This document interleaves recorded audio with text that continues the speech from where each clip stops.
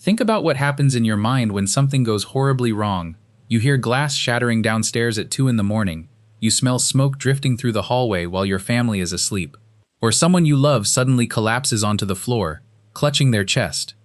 In that exact second of pure, ice-cold panic, your brain does not hesitate. You do not stop to think. You do not calculate. You reach for your phone, unlock the screen, and dial 3 simple numbers. 911. It feels like an instinct. It feels like an ancient, untouchable law of modern life, as natural as gravity or the air you breathe. We spend our entire lives moving through the world with a quiet, invisible safety net beneath us, assuming that no matter where we are, no matter what town we are driving through, those 3 digits will instantly bridge the gap between a horrifying disaster and professional help. But here is something that might genuinely terrify you. For the first 192 years of its existence, the United States of America did not have a universal emergency number. No central dispatch, no 911, no nationwide safety net breathing on the other end of the line. That means your grandparents, and in many cases your parents, lived in a completely different world when it came to surviving a life-threatening crisis. A world where an emergency meant stepping into an absolute void of confusion. If a fire broke out in your kitchen in 1955, you couldn't just dial 3 numbers. If a heart attack hit a dinner table in 1962, there was no guaranteed ambulance coming to save you. So the question isn't just a historical curiosity. It is actually kind of urgent and chilling. If there was no 911, no central dispatcher, no standardized emergency system, how on earth did people survive? Who did you actually call when your life was hanging by a thread? The answer to that question takes us down a dark, chaotic, and completely forgotten path in American history. It is a story about local phone monopolies and funeral home hearses, about town gossips acting as emergency dispatchers, about overlapping city borders where fire trucks literally stopped at the property line and watched houses burn, and about a nation that treated emergency medical care not as a basic human right, but as a disjointed, commercial afterthought. And perhaps more importantly, what happened in the late 1960s that finally forced the most powerful nation on Earth to realize that its emergency system was a catastrophic failure. The journey from that brutal, silent reality to the 3-digit lifeline we rely on today is paved with tragic deaths, political battles, and a secret race between giant corporations and a tiny town in Alabama. Let me take you back to a time when emergency response wasn't a universal promise, but a terrifying game of Russian roulette. If you wanted to reach anyone for help in the early 20th century, you had to face one single reality. You didn't control your phone call. You couldn't dial a number directly. Instead, you picked up the heavy black earpiece, turned a manual crank on the side of a wooden box mounted to your wall, or lifted the receiver and waited for a human voice to answer. That voice belonged to the central switchboard operator. For the first half of the 1900s, the local telephone operator was America's only real emergency dispatcher. When disaster struck, your only option was to lift the receiver, wait for the operator to plug a brass jack into your line, and scream into the mouthpiece, "Get me the police!" Or, "My house is on fire." In small towns across the country, operators were treated like neighborhood heroes. They knew everyone in town. They knew which doctor was out fishing on a Tuesday afternoon. They knew which family had a baby due. They knew the layout of local streets better than the mayor. If a mother called in tears because her child was choking, an experienced operator could plug a cord into the town doctor's home line, ring the firehouse bell down the street, and give the volunteer fire chief directions, all in a matter of seconds. It sounds cozy, doesn't it? It sounds like a warm, nostalgic slice of small-town Americana. But behind that cozy image lay a terrifying reality. The entire emergency safety net of a major nation was resting on the shoulders of an untrained human bottleneck. Operators were employees of private telephone companies like AT&T. They were hired and paid to connect phone calls, not trained in emergency triage. They had no medical knowledge. They had no standardized manual for handling a panic-stricken caller. If an operator panicked, misheard an address, or simply didn't know where the local police chief was, people died. Even worse was the physical reality of the technology. Switchboards were massive wooden panels filled with hundreds of holes and tangled wires. During peak hours, an operator might be handling dozens of callers at the exact same time. If a lightning storm knocked out power or a major winter storm froze the lines, central offices were completely blinded. If you picked up your phone while another neighbor was using a shared party line, a common setup where multiple houses shared a single circuit, you couldn't even make a call until your neighbor hung up. If you had an emergency, you had to interrupt their conversation, explain your house was burning, and beg them to clear the line.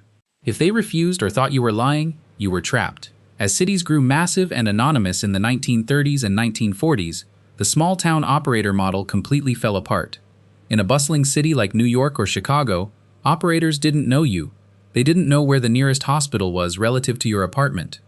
If you picked up the phone in a dark hallway while an intruder was trying to pick your front door lock, you had to wait for an operator to answer, explain your situation, wait for her to look up the correct police station number in a paper book, and manually transfer your line. Every single transfer was a point of failure. Every second spent waiting for a human to plug in a wire was a second where someone was bleeding out or breathing in smoke. The system was completely dependent on luck. And by the 1950s, as direct dial phones replaced manual operators, America was about to discover that taking the operator out of the loop made the emergency crisis 10 times worse. By the 1950s, a major technological upgrade swept across America. Direct dial rotary phones replaced the old manual switchboards. Suddenly, people didn't need to wait for a central operator to connect their calls. You could just put your finger in the wheel, turn the dial, and ring any house or business directly. It was a brilliant step forward for technology, but for emergency response, it created a total, chaotic nightmare. Because when the human operator disappeared, people realized something horrifying. There was no single number to call for help. If you lived in a typical American city in 1960, your local community didn't have one emergency department. It had dozens of completely separate agencies. The local police department had a 7-digit phone number. The county sheriff had a different 7-digit number. The highway patrol had another. The municipal fire department had their own number. The volunteer fire department 2 miles away had a different one. And the private ambulance service had a number you could only find in the back of a thick paper phone book. Think about what that meant in a real crisis. If a kitchen fire broke out in your home, you couldn't just dial a simple code. You had to physically walk over to your phone, pull out a heavy yellow phone book, flip through hundreds of pages with trembling, sweaty hands, find the section for local civil departments, locate the specific fire precinct for your neighborhood, and carefully dial a 7-digit number like 483-2941. If you made a single mistake on that rotary dial because your hands were shaking, if your finger slipped on the 6 or the 7, you connected to a local bakery or a private home, you had to hang up, wait for the line to clear, and start the entire process over again while black smoke filled your living room. To survive this madness, families had to invent their own homemade solutions. Millions of Americans stuck small paper stickers directly onto the center wheel of their rotary phones. On those tiny paper circles, parents wrote down 3 or 4 different 7-digit numbers in messy handwriting. Police, fire, doctor, hospital. But even if you had those numbers written down right in front of you, the system had a fatal flaw that killed people every single week: municipal boundaries. In mid-century America, telephone exchange borders almost never matched official city or county borders. A single telephone company wire central office might cover 3 different small towns, 2 separate police departments, and 4 independent fire districts. If you lived on the edge of town and called the fire number listed on your phone, you might reach a fire station located just 4 blocks from your house. But if your house sat 50 feet outside their official tax district, those firefighters were legally forbidden from helping you. They would answer the phone, listen to you beg for help, tell you that you were outside their jurisdiction, give you the 7-digit number for the county volunteer squad, and hang up.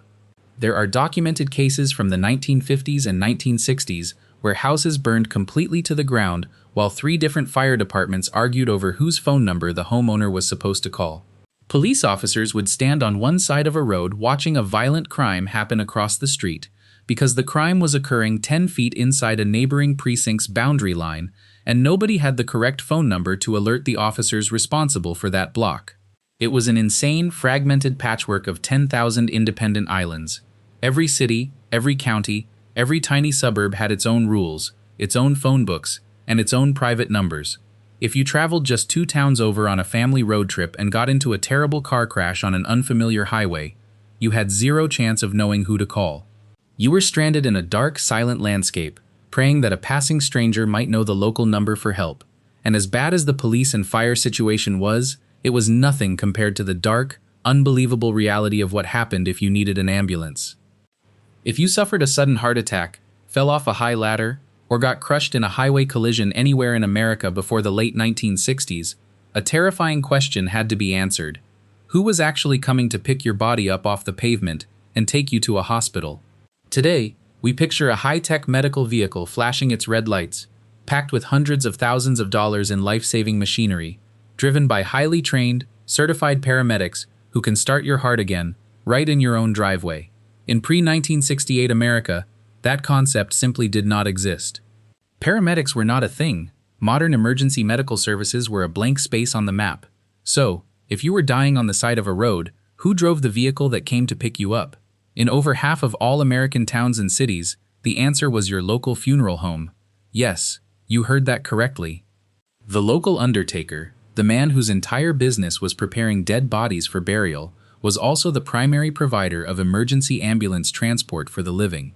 How on earth did such a bizarre and morbid system ever come to be? It wasn't a dark joke.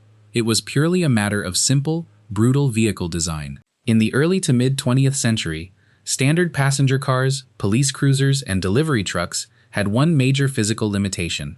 A person could not lie flat inside them. The only private business in any town that owned a long, custom vehicle with enough flat interior floor space to slide an adult human lying on a wooden stretcher was the local funeral director. He owned a hearse. Since funeral directors already had these long vehicles sitting in their garages, auto manufacturers began building combination vehicles. They were called combination cars.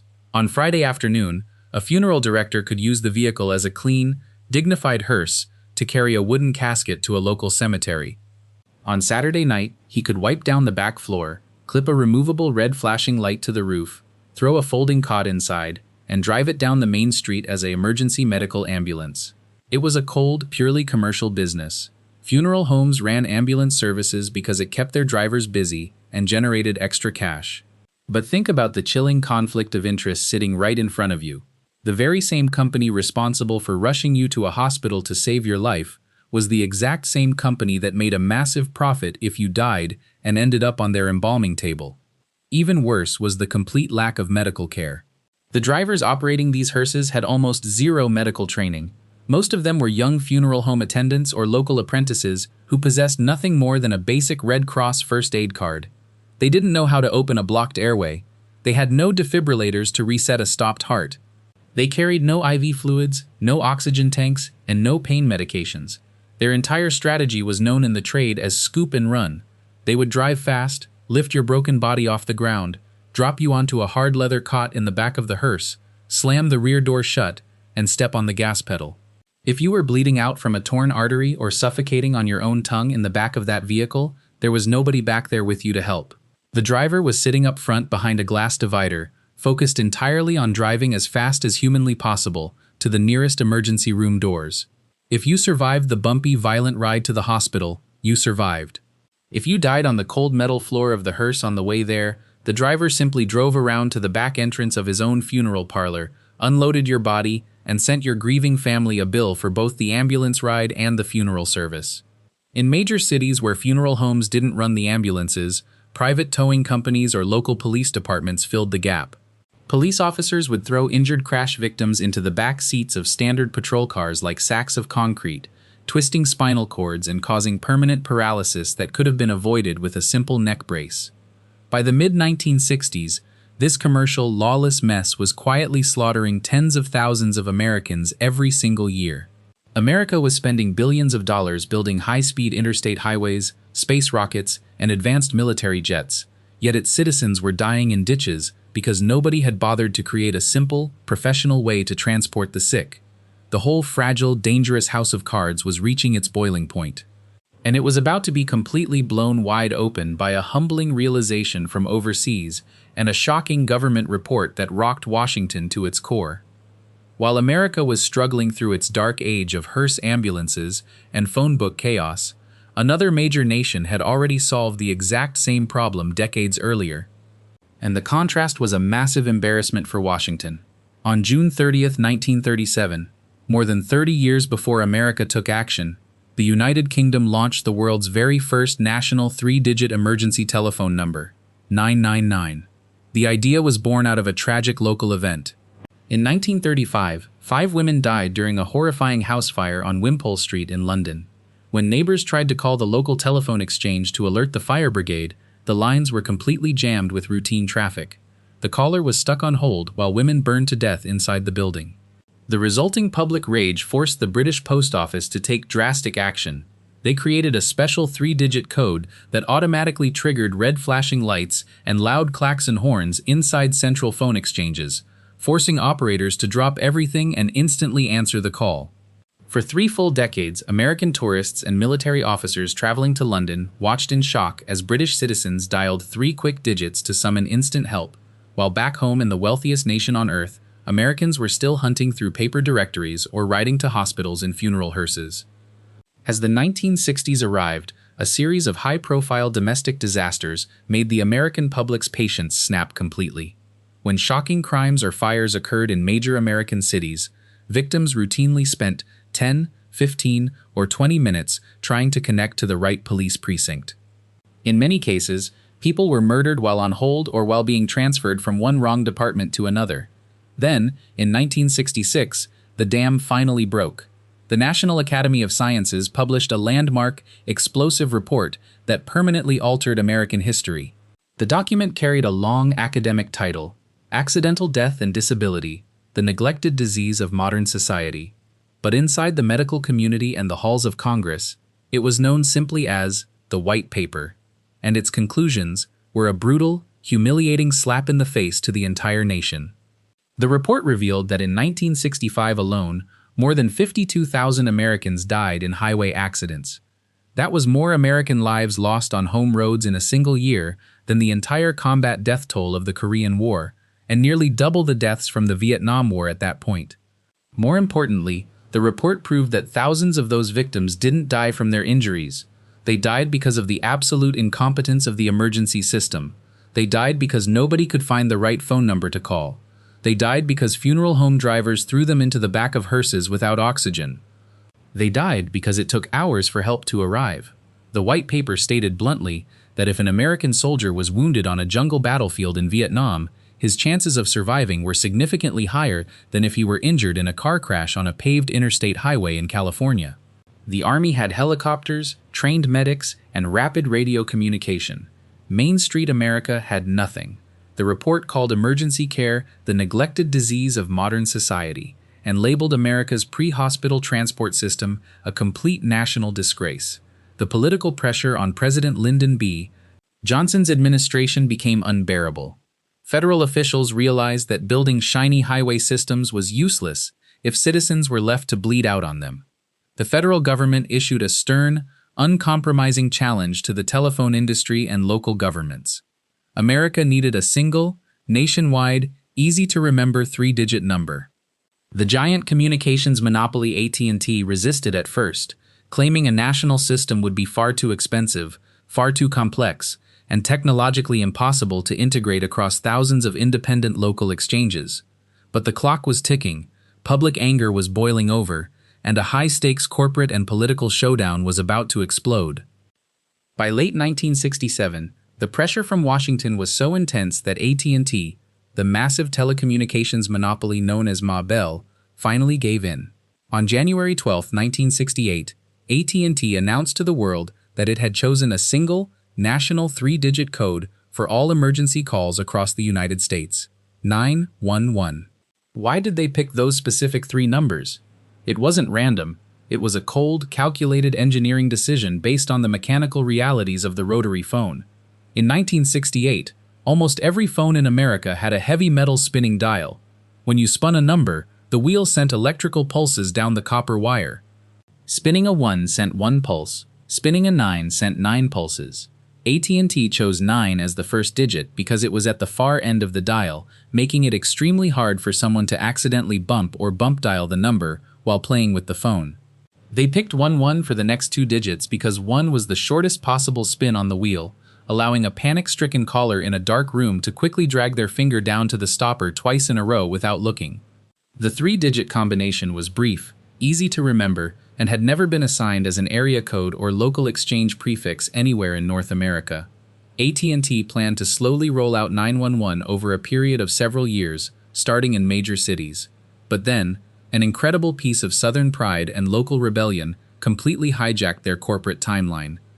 Down in the small town of Haleyville, Alabama, an independent telephone company executive named Robert Gallagher read AT&T's announcement in the newspaper.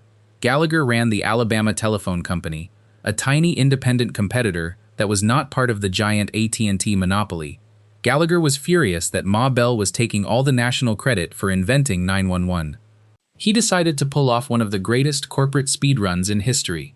He called his chief engineer, Robert Dennison, and gave him a crazy command: convert Haleyville's entire local telephone switchboard to handle 911 before AT&T could launch theirs anywhere in the country. Dennison and his team worked around the clock in absolute secrecy, rewiring crossbar switches, soldering copper contacts, and rerouting local lines directly into the town's small police station. They built the entire system in under a week. On Friday afternoon, February 16, 1968, at exactly 2 p.m., history was made. Alabama State Representative Tom Bevel walked into the mayor's office on the second floor of Haleyville City Hall. He picked up a red telephone, placed his finger in the rotary dial, and spun 911. A few hundred feet away, inside the dark Haleyville police station, a special red phone rang for the very first time. U.S. Congressman Tom Bevel answered the line with a simple, historic hello. Haleyville, Alabama, a tiny rural town of just 4,500 people, had beaten the world's largest corporation to the finish line by a matter of weeks. The first 911 call in American history was officially on the books. The headline swept across national newspapers. The three-digit emergency code was no longer a theoretical idea for the future. It was real, it was working, and it was live on American soil. But if you think that single phone call solved America's emergency crisis overnight, you are in for a massive shock. Because turning a red phone on in a small Alabama police station was one thing. Getting thousands of corrupt, reluctant, and broke American cities to actually embrace 911 would take another 20 years of bitter political warfare. When the red phone rang in Haleyville back in 1968, most people assumed 911 would sweep across the United States within a few short months. But the reality was far more frustrating. By 1977, nearly 10 full years after the first call, only about 17% of the United States had access to a 911 system. By the mid-1980s, large portions of the American countryside and dozens of major suburban counties were still relying on the same old 7-digit phone book nightmare. Why did a life-saving idea take so long to spread? The answer came down to three classic American roadblocks: money, local politics, and turf wars. Building a centralized 911 dispatch center required massive financial investments. Cities had to buy expensive computerized switchboards, install specialized call tracing equipment, and hire dedicated 24-hour dispatchers. Local police chiefs and fire chiefs fought fiercely over who would control the new dispatch centers, refusing to share power or budget dollars with neighboring jurisdictions. Even worse, phone companies and local governments argued endlessly over who should pay for the wiring upgrades. Cities tried to pass local tax surcharges on phone bills, leading to years of legal battles with stubborn telephone utility boards. While the phone lines were slowly being dragged into the modern era, a parallel revolution was taking place on screen and on the streets that changed how Americans viewed medical emergencies forever. In 1973, President Richard Nixon signed the Emergency Medical Services Systems Act, pouring hundreds of millions of dollars of federal funding into creating real, professional ambulance units across the country. The law forced local governments to phase out funeral home hearses and replace them with dedicated, high-top medical vans staffed by trained personnel. At the exact same time, a hit television show called Emergency debuted on NBC. The drama followed two handsome Los Angeles County firefighters, Johnny Gage and Roy DeSoto, who were part of a brand new experimental program called Paramedics. Every Saturday night, tens of millions of American families sat glued to their television screens, watching these young men use portable radios to transmit heart rhythms directly to hospital doctors, start IV lines on scene, and perform advanced life support right on suburban lawns. The show was a cultural earthquake. Before Emergency, most Americans had no idea that pre-hospital medical care was even possible. Suddenly, voters across the country began knocking on the doors of their local city halls, demanding to know why their town didn't have real paramedics and a 911 number to reach them. Public demand finally broke the political gridlock. Engineers introduced enhanced 911 in the late 1970s and 1980s. This technological leap automatically displayed the caller's home address and phone number on the dispatcher's computer screen the instant the line rang. Even if a caller was being choked, suffering a stroke, or dying on the floor and couldn't speak a single word, dispatchers could instantly send police and paramedics straight to the front door. By the 1990s, 911 had expanded to cover over 90% of the American population. The disjointed commercial era of funeral home hearses, paper phone stickers, and silent panic was officially buried in the history books. When you step back and look at this entire story, it forces you to view that simple, three-digit number on your phone in a completely different light. 911 wasn't handed down to us as a gift from above. It wasn't built by a government that had everything under control from the start. It was forged out of sheer necessity, born from decades of silent panic, unnecessary deaths, and a public that finally refused to accept that dying in a ditch or riding to a hospital in a funeral hearse was just a normal part of American life. It took a century of chaos, a humiliating white paper report, a secret race in a tiny Alabama town, and a cultural paramedic revolution to turn emergency care from a cold commercial business into a universal human right. Today, American 911 dispatch centers handle an astonishing 240 million calls every single year. That is over 650,000 times a day that someone's world falls apart, and three simple numbers stand between them and total tragedy. We take that safety net for granted because it works so smoothly. We press those digits, and we expect trained professionals to appear at our door within minutes. But understanding how fragile, how chaotic, and how recent that system really is should serve as a powerful reminder of how quickly society can build, or break, the basic structures that keep us alive. The next time you glance at your phone screen, remember the long-forgotten history behind those three digits. It's not just a telephone number, it is a monument to human survival, built on the lessons of a time when America had no 911, and help was something you could only pray to find in time. If this story changed the way you think about the hidden systems shaping your everyday life, make sure to hit that subscribe button and drop a like on this video. We go deep into the hidden power structures, history, and systems that most people never think twice about. Thanks for watching, and I'll see you in the next